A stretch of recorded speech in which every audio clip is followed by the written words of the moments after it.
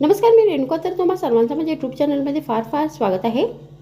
तर रोज रोज सकाळी तुम्हाला नाश्त्यामध्ये तीच एका प्रकारची नाश्ता रेसिपी खाऊन कंटाळा आला असेल, तर आज मी तुम्हाला रवा आणि बटाट्यापासून बनवलेली एक फारच रुचकर अशी चटपटीत नाश्त्याची रेसिपी घेऊन आलेली आहे. तर मग उशीर कशाचा, चला सुरू करू आजचा व्हिडिओ. मग ही रेसिपी बनवण्यासाठी सर्वात आधी आपल्याला एक मिक्सरचं भांडं घ्यायचं आहे आणि यामध्ये 1 कप बारीक रवा घालायचा आहे.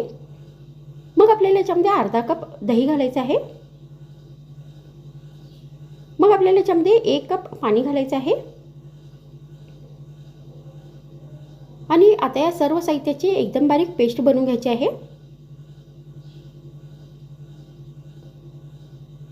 तर मी ते सर्व साहित्याची एकदम बारीक पेस्ट बनवून घेतलेली आहे. त्यानंतर आपल्याला एक बाउल घ्यायचा आहे आणि यामध्ये ही सगळी पेस्ट घालायची आहे. त्यानंतर आपल्याला याच्यामध्ये बाकीचे सगळे साहित्य घालायचे आहेत. तर सर्वात आधी आपल्याला याच्यामध्ये एक उकडून स्मॅश केलेला बटाटा घालायचा आहे. तर तुम्ही याच्यामध्ये कच्चा बटाटा किसून पण घालू शकता. मग आपल्याला याच्यामध्ये एक बारीक चिरलेला कांदा घालायचा आहे.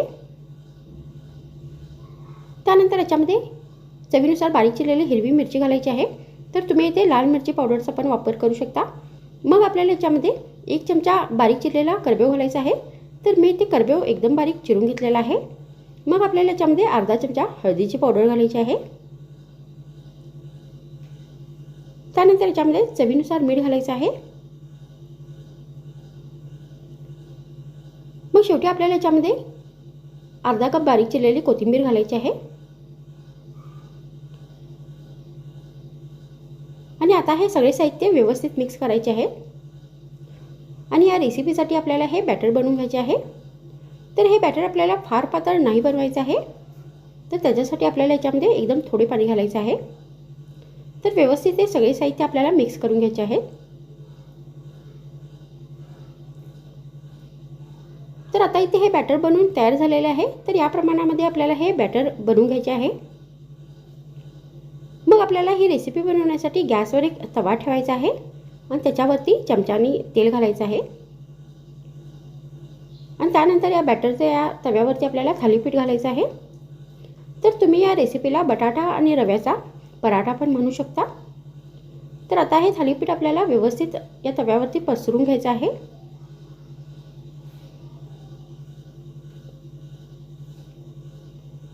त्यानंतर आपल्याला याच्यावरती गार्निशिंग करायची आहे. तर त्यासाठी मी इथे मोहरी घेतलेली आहे.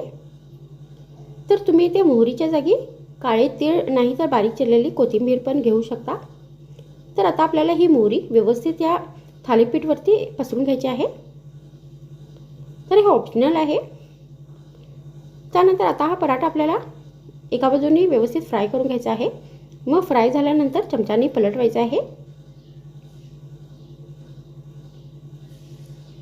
मग अशाच पद्धतीने दुसऱ्या बाजूने पण आपल्याला ही रेसिपी व्यवस्थित फ्राय करून घ्यायची आहे.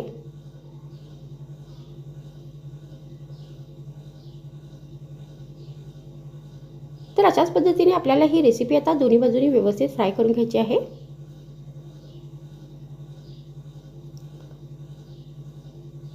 तर आता इथे हा पराठा व्यवस्थित दोन्ही बाजूंनी फ्राय झालेला आहे. तर तुम्ही अशा पद्धतीने बटाटा आणि रव्याचा वापर करून अशी चवदार ही चटपटीत रेसिपी बनवू शकता. आणि गरमागरम ही रेसिपी तुम्ही हिरव्या चटणीबरोबर नाश्त्यामध्ये सर्व करू शकता. नाही तर फक्त चहा या कॉफीबरोबर असे पण देऊ शकता.